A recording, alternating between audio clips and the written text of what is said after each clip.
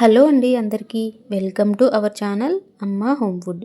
ఈరోజు నేను మంచి టేస్టీ ఎగ్ కర్రీ చేస్తున్నాను. రెగ్యులర్గా చేసుకున్న ఎగ్ కర్రీ కంటే మనం ఎప్పుడు ఇంట్లో చేసుకునేలా కాకుండా ఒకసారి ఇలా ట్రై చేసి చూడండి. ఇది చాలా బాగుంటుంది కర్రీ. ఈ వీడియో చూసిన వాళ్ళు కంపల్సరీగా లైక్ చేయండి, వీలైతే సబ్స్క్రైబ్ చేసుకోండి, నాకు కొంచెం హెల్ప్ఫుల్గా ఉంటుంది.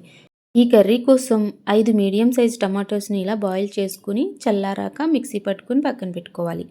తర్వాత ఒక ప్యాన్లో 2 టేబుల్ స్పూన్ల వరకు ఆయిల్ వేసుకోవాలి.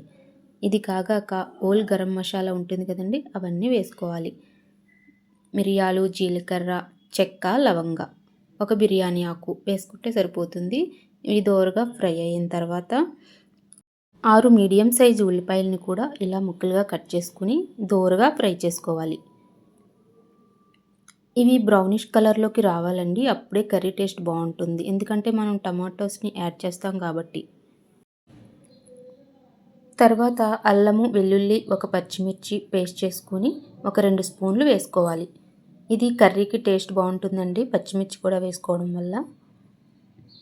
తర్వాత మనం పేస్ట్ చేసుకున్న టమాటా ప్యూరీ ఉంది కదా, అది యాడ్ చేసుకోవాలి. ఇందులో కొంచెం కారం యాడ్ చేసుకున్నానండి, కొంచెం కలర్ కోసం. తర్వాత కొంచెం వాటర్ని యాడ్ చేసుకుని కలుపుకోవాలి.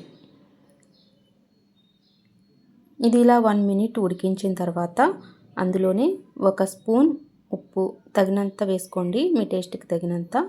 అలాగే కొంచెం పసుపు, అలాగే 1 టేబుల్ స్పూన్ ధనియాల పొడి కూడా వేసుకుని, తర్వాత 1 టేబుల్ స్పూన్ కారాన్ని కూడా యాడ్ చేసుకోవాలి.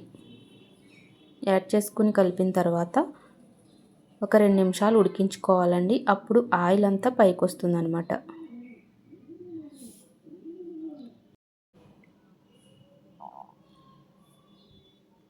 ఇలా ఆయిల్ అంతా పైకి వచ్చిన తర్వాత మనం ఒకసారి కలుపుకొని మనం వాటర్ని యాడ్ చేసుకోవాలి.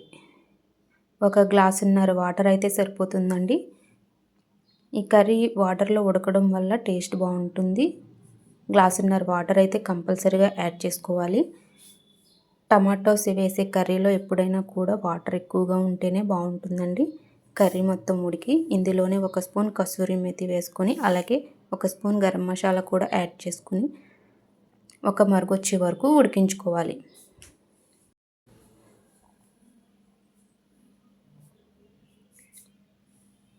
ఇలా 1 మినిట్ మరుగు వచ్చిన తర్వాత మనం బాయిల్ చేసుకున్న ఎగ్స్ని యాడ్ చేసుకోవాలి. నేను ఎగ్స్ ఫ్రై చేయనండి, ఎందుకంటే అవి హెల్త్కి అంత మంచిది కాదు ఫ్రై చేసిన ఎగ్స్ వల్ల.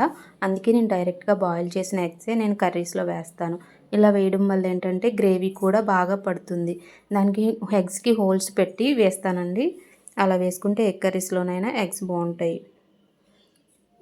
ఇది ఇప్పుడు ఒక 2 మినిట్స్ ఉడికితే సరిపోతుందండి, మన కర్రీ రెడీ అయిపోతుంది. గ్రేవీ కన్సిస్టెన్సీ కూడా ఇలా ఉంటే మనకి ఏ కర్రీస్ బిర్యానీలోకైనా చపాతీలోకి కూడా బాగుంటుంది గ్రేవీ.